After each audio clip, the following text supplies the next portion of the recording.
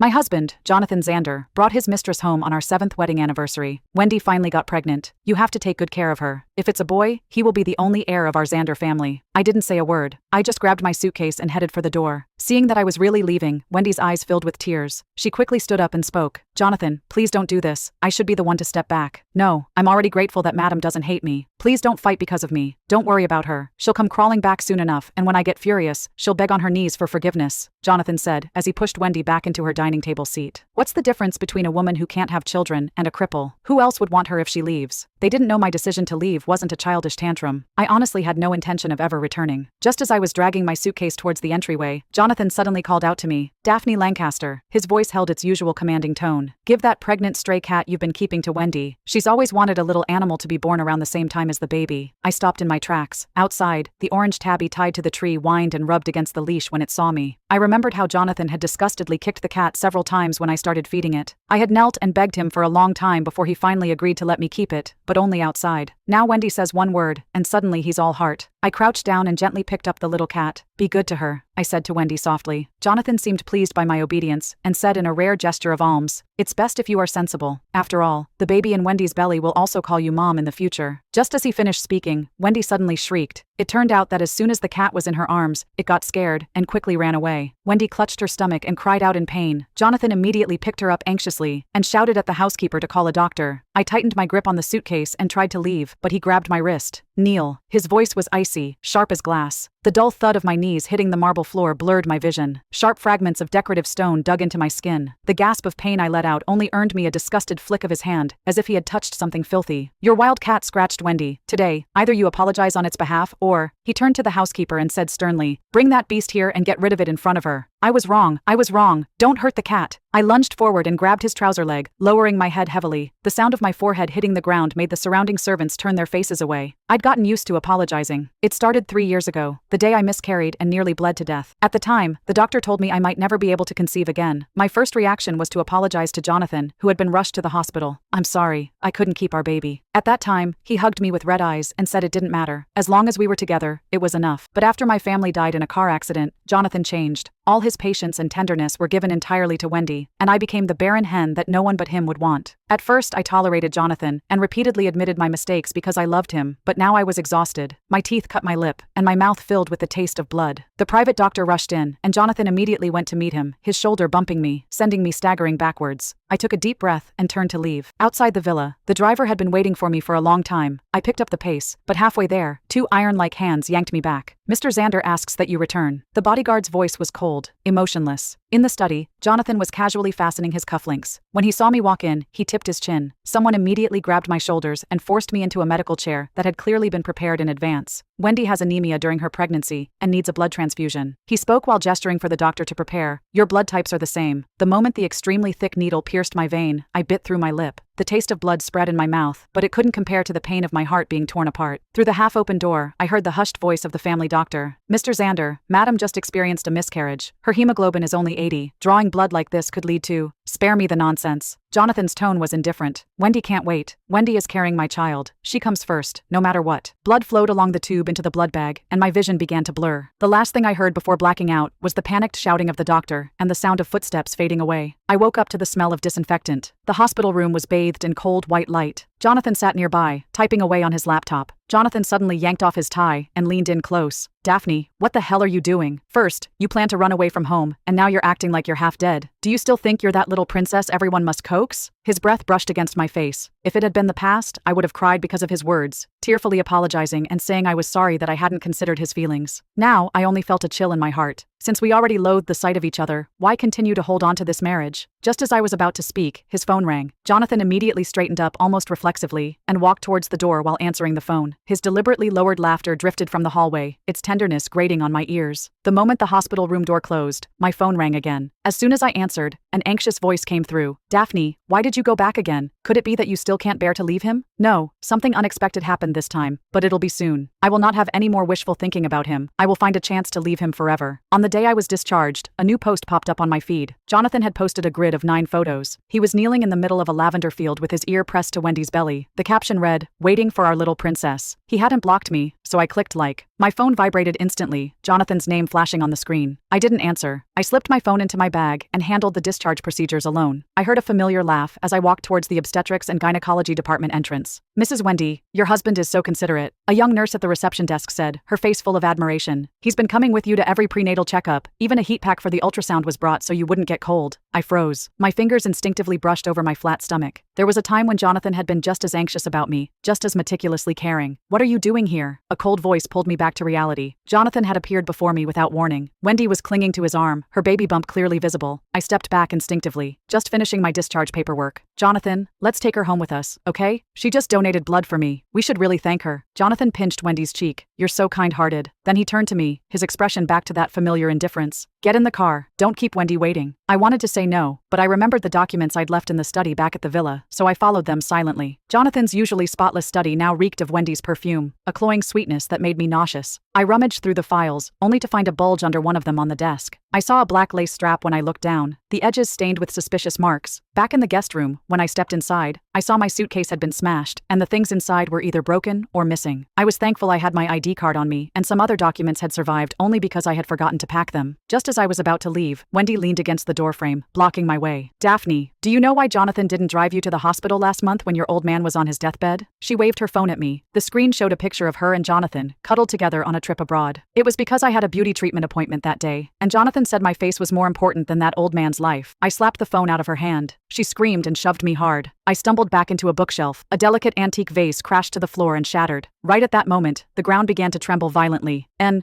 earthquake. Wendy's face turned deathly pale. She turned to run, but was blocked by a fallen bookcase. Thick smoke started rising at the end of the hallway, and a short circuit sparked a fire. My body was still weak from just being discharged from the hospital, and quickly gave way. I collapsed onto the broken glass, scattered on the floor. Daphne! I heard Jonathan's voice coming from afar, followed by the housekeeper's dissuasion. Mr. Xander, it's too dangerous. Get out of the way. The sound of footsteps grew closer. Jonathan rushed into the smoke-filled room. The first thing he saw was Wendy huddled in a corner, sobbing. Jonathan, I'm so scared. Wendy reached out her arms. Jonathan picked her up without hesitation. When he turned around, he finally saw me lying on the ground. Our eyes met. His lips moved, but in the end, he said nothing. He carried Wendy as they disappeared into the smoke. The earthquake quickly subsided, but it took the firefighters an hour to extinguish the fire. Jonathan asked repeatedly, but no one said they had seen me. Neither in life nor in death was my body found. At the airport, after I mailed out everything I needed to, I clutched my chest and prepared to board my flight. My phone rang again. It was Jonathan. I calmly pulled out the SIM card and tossed it into the trash. Jonathan, from this day forward, you and I have absolutely nothing to do with each other. Stop messing around with me. I know you're not dead. I'll accompany Wendy for a prenatal checkup at 9 o'clock tomorrow morning. Return to me immediately, and I'll take you to a physical checkup. Jonathan stared at his phone screen for a long time, waiting for a reply. Frustrated, he tossed his phone across the room. The following day, at a private hospital VIP ward, Jonathan, is the baby, okay? Wendy gently rubbed her slightly rounded belly, eyes brimming with tears. Jonathan gently hugged her shoulders. The doctor said everything's fine, but his voice was a bit dry, because he kept thinking about me. In a daze, he saw again the look in Daphne's eyes on the day of the earthquake. So calm, as if she had already foreseen his choice. He unlocked his phone. Still no messages. At 11 o'clock at night, Jonathan pushed open the house door. Under the dim light, a slender figure was curled up on the sofa. Daphne, I knew you couldn't hold out for long. See? You've obediently come back. His words stopped abruptly. When he saw it was Wendy, his sarcastic words died in his throat. After coaxing Wendy back to her room, he walked towards the kitchen, loosening his tie with inexplicable annoyance. He drank bottle after bottle of wine. The phone screen lit up, and then went dark, displaying only one warning message. Tomorrow is my dad's wedding. Get your ass back here. Don't embarrass me and Wendy. On the wedding day, Jonathan escorted a beautifully dressed Wendy, making a high-profile appearance, as if Wendy were his rightful wife. When his father, Dean Xander, approached, he let go of Wendy's hand. Why didn't Daphne come with you? Dean held his young new wife's hand. His sharp gaze made Jonathan's Adam's apple bob. He subconsciously adjusted his cuff, uttering the lie he had prepared long ago. Dad, Daphne hasn't been feeling well lately. I told her to rest more. She should be here soon. He slipped away from the crowd and stood behind a pillar in the corridor, dialing the number he knew by heart. The number you have dialed is currently switched off. The cold, automated voice made his chest feel tight. Just as he was about to redial, the banquet hall doors swung open,